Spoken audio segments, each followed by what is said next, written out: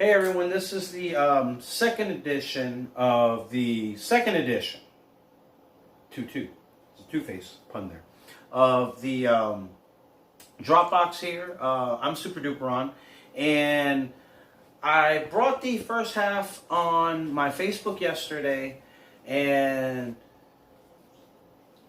I tried to record both halves together, to intersect this one, and it didn't work out as possible because half of the second half, camera issues, the battery ran out. We're working on that as we go along, guys. So far, to be honest with you, the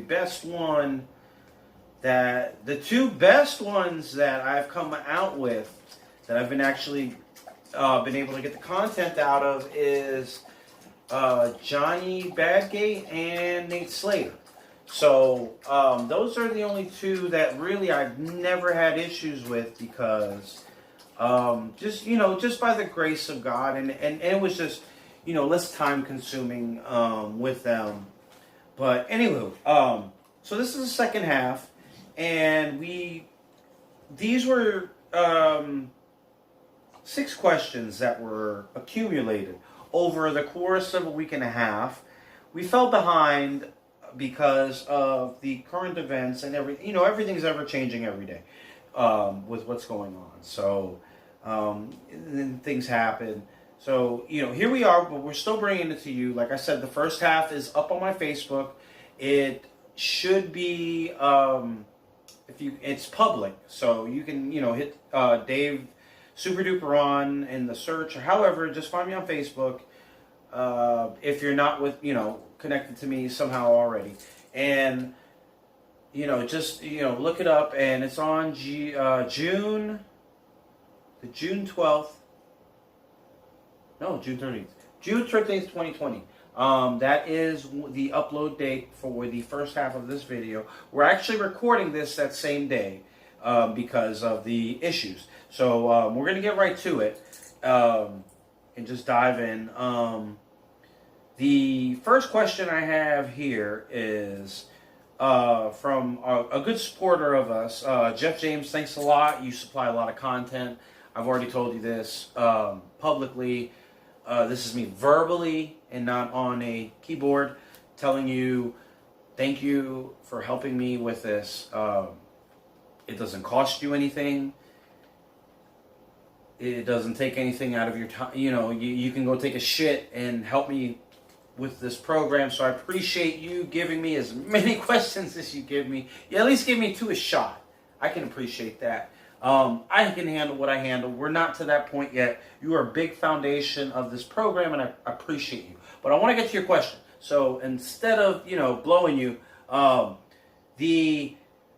what you asked me was, you just said like 2 things, I believe. It's been a while. I just wrote it down here.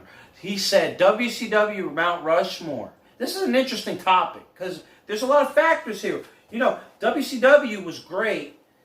And I think WCW is more impactful than great, as far as WWE being great and impactful, if you're going to compare the two. So WCW is a little bit tricky because you have to figure out, there's a lot of guys that helped in making the money, but sometimes the odds don't justify the means. And a lot of that, I feel, happened after 96. Let's be honest. And if anybody's going to know about that, if anybody knows me, I know a lot about what happened in that time because I've talked to people, or I've either gotten worked by people. But anywho, so we have to figure where the top of this pyramid is first, and figure out, because here's what I want is, what started, where it maintained, where it peaked, where it fell, here and here. So those are things to take into accountability. Now, I'm not going to go on that scale, but that scale is going to be considered. So if we're going to start at the foundation of WCW, Ric Flair is George Washington. So I'm going to try to give you these figures, but I'll just tell you in order how it should go. So obviously Ric Flair is going to be up there, and right behind him has to be Sting because that was his handpick himself. He held up, let's be honest, longer than probably a lot of people ever expected him to. So, Sting's there. Number 3 was a little hard because, like I said, now we're kind of, if we're going to use that scale, we're at the top of the pyramid. But fuck it. My top of the pyramid actually isn't my number 3. So I got swig for this one. This is, it's not Sprite Zero, but hey. So my number 3 has to be Hulk. Not my number 3. My top of the pyramid of where the crescendo of it's Hulk Hogan. It was the top. No matter if you say NWO. But let's be honest, Bash at the Beach.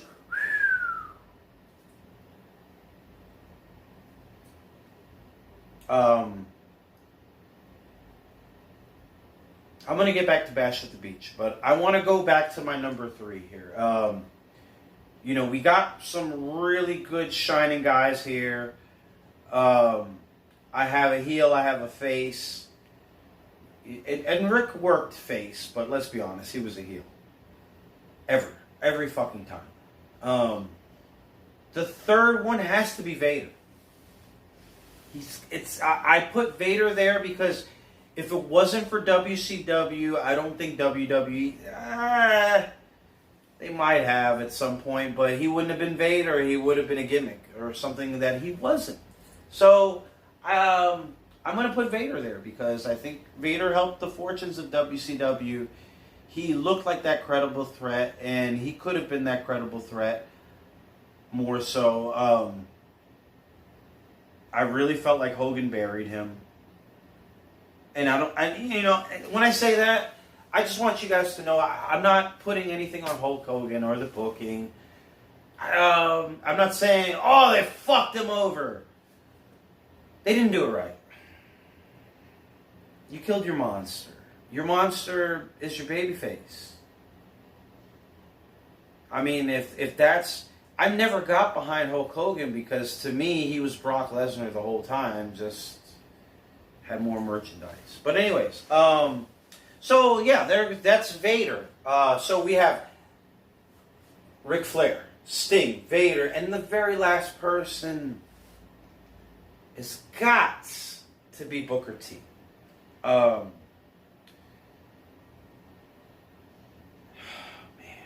Booker T is the girl that didn't make it to prom just in enough time. That's the reality. No pun intended. And I'm going to end that one on that. Yes. Flair, Sting, Vader, Booker. Those are the guys that deserve to be there. They're WCW. Mount Rushmore. Thank you, Jeff. Sorry, Nimbus. Anywho, next question. This is a debut here, guys. Another sweet.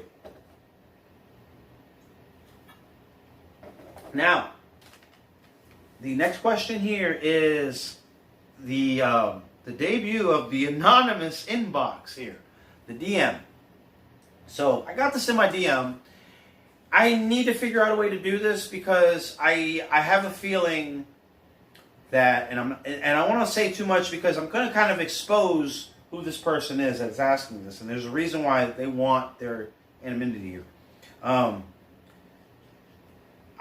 need to figure out a way to identify certain questions because, like I said, I don't want to sell people out.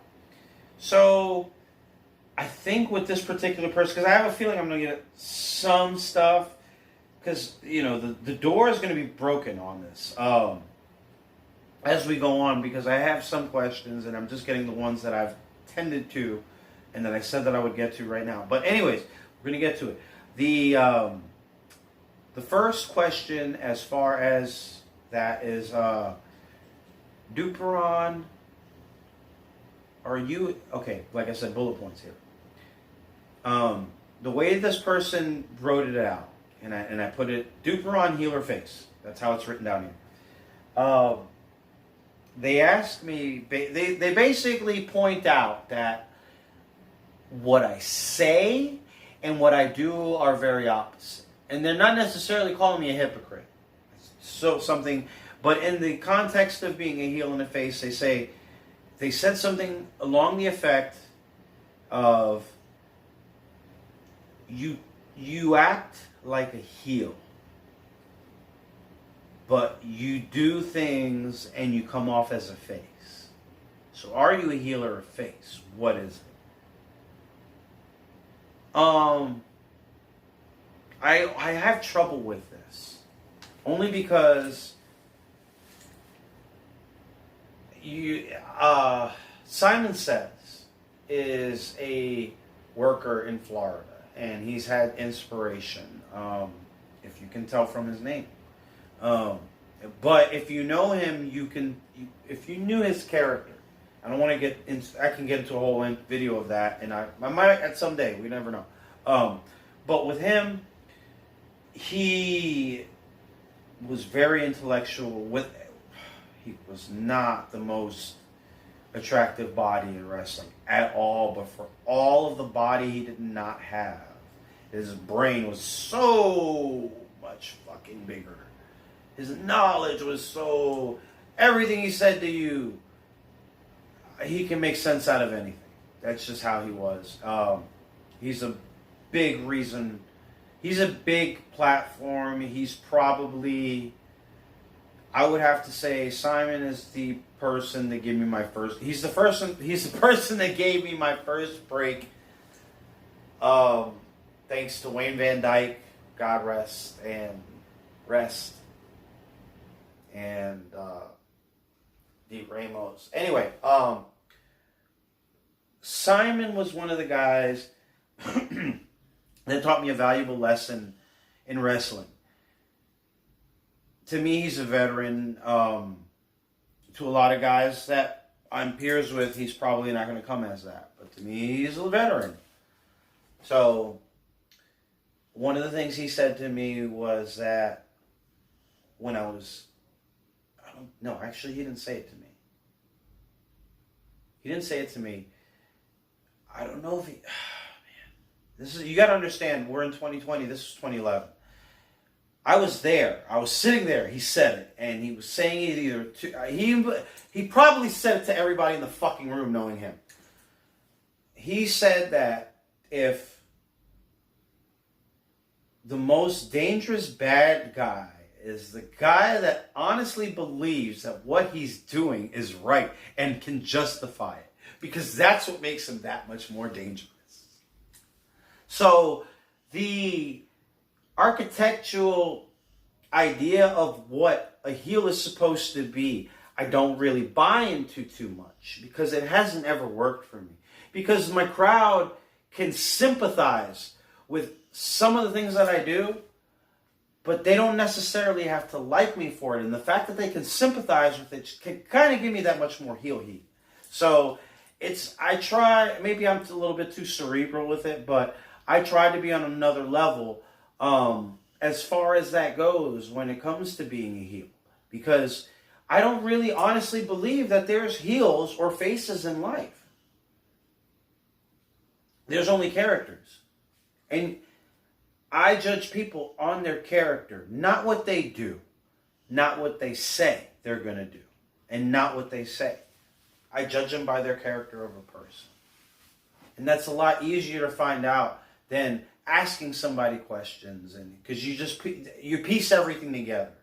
And that's what happens. So to answer your question thoroughly, if I'm a heel or face, to be honest with you, I'm never either one of them. And I'm not a tweener, because that's just weak. That's just the guy, I heard Jack Stain say the tweener is just another word for a guy that just can't get over either way. And I've gotten over. Not on levels that might have been his or anybody else's, but let's be honest, I wouldn't still be where I'm at, doing what I'm doing this if I wasn't getting over. So I'm not a tweener. I just think that I like the idea of what I think Super Dupron is supposed to be is I want it to be left up into interpretation. Because let's be honest, the best stories were done that way. The best stories didn't have an ending. So that's up to the viewer. I want you to boo me. I want you to cheer me. I want, however you perceive me is on you. As long as you're investing, that's what's important. I want to thank you for that question. That was a really good one. And we're going to elaborate more on these anonymous questions because they're the juicy ones. So, and these are the ones I want. These are the questions I want to do, and this is the reason why I'm doing this. So you're in it with me right now, and my very last one is a very, very personal question. I've never really come out publicly, obviously, but there's some people that are going to care about this because there's a lot of people that worked there and don't really know what happened and probably care to know what happened, and I was close enough to know what happened. And somebody that asked me this question knew I was close enough to know what happened. So they wanted to know what happened. I'm going to tell you what I've seen. I can't tell you what happened. I can't tell you what the facts are. I'm just a puzzle piece to the whole picture of what you want to know. So take whatever you know, and that's how it is. But not to get too cryptic, let's get into this question. The last question of the night and of this program and of this saga, I guess, is why did Lone Star never return? That hits a little bit home because there's a lot of guys that worked for that company that asked themselves the same question. But they asked themselves that question, and going back to what I said before about saying one thing and acting another way. I think they were told certain things, but when you're told certain things, the writing is on the wall. And this is how, the real workers of the business know when a promoter is working them. So they go along for the ride and they don't sell the rib or the work. That's just how it works in wrestling. The guys that know. So, there's a lot of people there that, just they know enough. And the person that asked this question, I think they know quite a bit. But anywho, going back to it, in my experience, I guess Lone Star is a big part of the reason why I'm in Texas to begin with. Because I came to one show when it was NWA Houston, when I started working, when I originally got with the NWA before they came Lone Star. When I got to NWA Houston, the main reason I came to Texas, because, just Florida wasn't clicking for me. I was just I was on a hamster wheel there. And not that I wasn't happy with where I was at, but I felt like it was time. I was still green, so it's like you got to do something else. You're being on a hamster wheel is not going to keep you from being. It's not going to excel you from being green. So I said, if I want to be major and considered serious, I have to get out of my element. And Texas and Houston reached out to me. Large reason why I'm here. And I can go into a whole video of a lot of the reasons and factors. Everything lined up to Houston. I came to Houston. Period. That's the end of the story. It was Tugboat. It was Chaz Taylor. And it was Tony Brooklyn. It was mainly Tony Brooklyn that was, for whatever reason, interested in me. And they didn't chase me. But when I saw they took interest, I invested And once they saw that I took interest in them as much as they took interest in me, that's how things came together. And I was very much homegrown talent by Tony Brooklyn, here in Houston, Texas.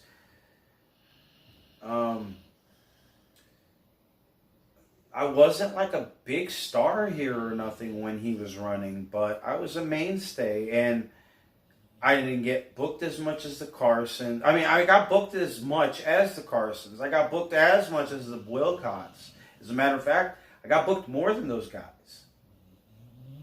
Not a lot of people know that. I always got booked more than they did. I worked more NWA Houston and Lone Star shows than anybody that ever worked for that company.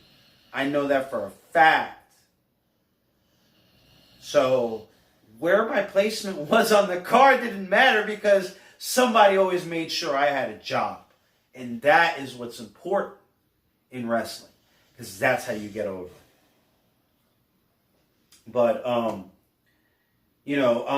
so they took very good care of me. Not knowing me from Adam from Eve, just where I came from. I got better when I came here. I got better with a lot of the guys that I worked with here. They taught me more than I learned. And then there's nothing on the guys in Florida. I think technically they taught me better than the guys taught me here, but the subtle things, I learned more here. I learned, honestly, what was more important in Texas, in Houston. That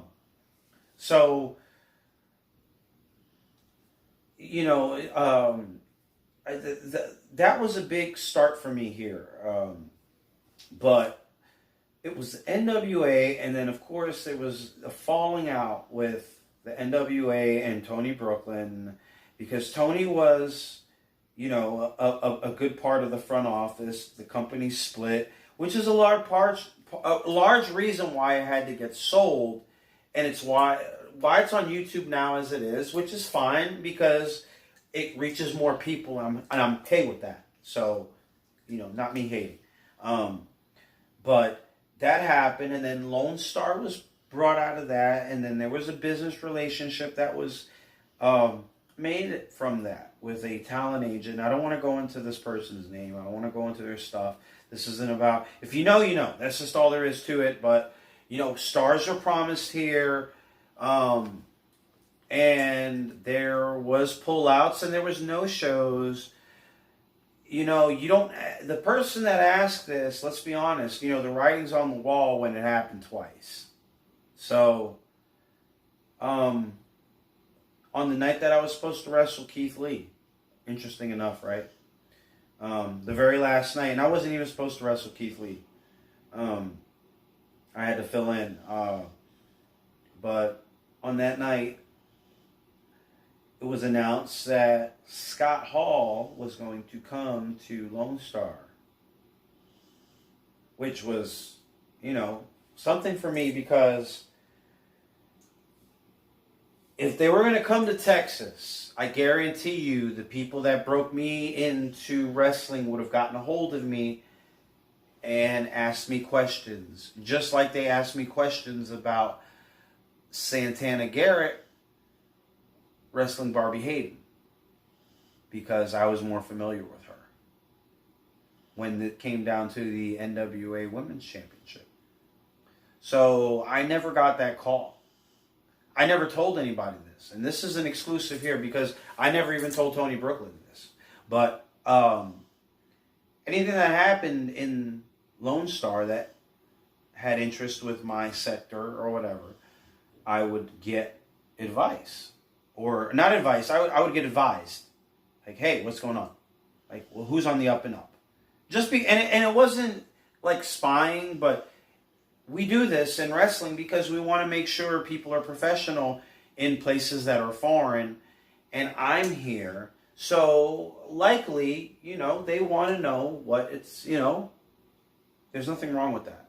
None of us can't say that we wouldn't do the same thing. So, but I never got that call when it came to Scott. So, the last thing I remember from my very last moment in Lone Star was when I was leaving and saying goodbye to everybody. And Tony Brooklyn and the person from the advertising or the agency that was helping us out were talking. And Tony Brooklyn, said, hey, Duke Brown was trained by Scott Hall. And said person was like, yeah? Like that. Does he even know who you are? And I'm thinking to myself, well, I can't say, does he know who you are? Because you have money, so he knows who you are. And I was in an awkward position because I could tell I got into something that I didn't want to get into. And, this was at the time that Scott Hall had a really bad relapse that was caught on YouTube the same week. Oh, no. That was not the same week. When I moved here to Texas, that was the same week. So, but that's not either here nor there. The point of that is that, Scott had that relapse when I first moved here. And I knew him enough. I lived in Orlando. So, I just told him straight up. I said, look, Scott's not going to remember who the fuck I am. Because there's in the year that I was training at Team Vision Academy, there was probably Team Vision Dojo. There was probably a set of 60 students that had been through that school in 1 year. And that was only in 2010 to 2011. This happened in 2016, 2015. So he's not going to remember who the fuck I am. I don't talk to him. The fuck kind of question is that? Anywho. But that's how I felt. And that's why I just got out of there. And I don't know. I didn't feel good. I knew something was up. And that was the last show, man. We got reached out in January of 2016. A lot of us. And, we had gone dormant for a couple months. And guys had moved on. The guys that they had brought in compared to the guys that got benched, they couldn't work. But the guys that got benched could. But the problem with that is that you can't put a show together with the guys that you basically shit on. So you shit on yourself. And that's what happened with Lone Star. And it was, and it's not saying anything bad about Tony Brooklyn, because he gave us all an opportunity. He gave me an opportunity. I'm sure the guys, there's a couple of guys out here that are not going to say the same. And I never understood why. I'm an outsider here in Texas. I didn't really, Scott Hall can't sign off on my training. Larry Zabisco can't sign off on my training. They know I trained there, but it's nothing that I can put over, so they have nothing to work with. So I never understood why. I feel like I got special treatment here when I didn't bring nothing to the table. I actually learned more. That was more beneficial to what I wanted to do in Texas than I did in Florida. They broke me in. They just broke the horse in over there. And it's nothing against them. But Jesus Christ, I never learned the footing. They never stressed the footing over there as much as they stress the movement. So, but everybody's training is different. So I never compare, when up-and-coming wrestlers ask me about schools, I say, don't pick this school, don't pick that school. Pick what school works for you. And don't be like, this is better and this is worse or this is here. You have to be like, I want to go to Yale, I want to go to Harvard, I want to go to Duke. Who the fuck wouldn't do that? You know, like, come on. If you were a fucking lawyer and you had those under your belt, or if you had those, if you had degrees from those Ivy Leagues, not just one. Let's be honest, that's like being a fucking black belt. So why wouldn't you get trained by the Booker T's? Why wouldn't you get trained by the Tugboats, the Alex Portos? Why wouldn't you do that? Why wouldn't you say, why wouldn't you do that? Yeah, I just one guy. You didn't even say their name, you know, and over your time, you know, you have to consider consistency, but that's here nor there. So, that's really what happened there. You know, I don't know what to say any better than that. And I'm very happy with the way things ended, the way that they ended. I was on the very last show when I wasn't supposed to be. I wrestled Keith Lee, the very fucking bizarro world version of Super Duper on. What kind of shit is that? You got a guy that wrestles like a cruiserweight, but is a heavyweight, and then you got a cruiserweight that wrestles like a heavyweight, and that can wrestle with cruiserweights. So me and him is just like an algebra equation altogether, but he is on some other fucking level.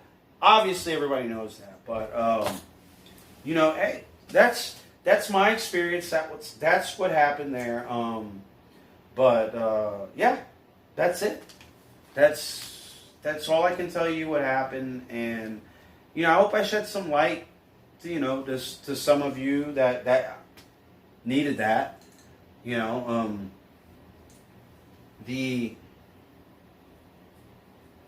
I'm not bitter about it. I'm happy the way things were. There's nothing bad I can say about what happened there and here. You know, at the VFW.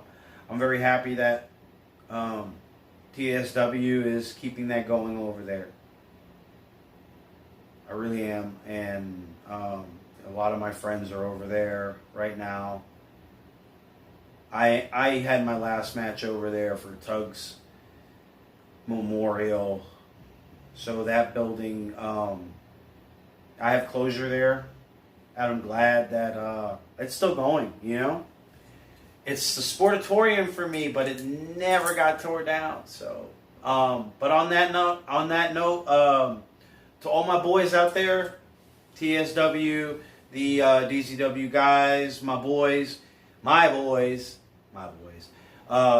the UPW conglomerate locker room, all the wrestling guys, all the guys, the Calebs, God, the Titans, Jesus Christ, everybody that's asked me questions. You know, just thank all you guys for helping me out here. That's what this is about, was just to get something together. So we'll keep this going. I'll get with you guys next time. Y'all have a good weekend. Peace.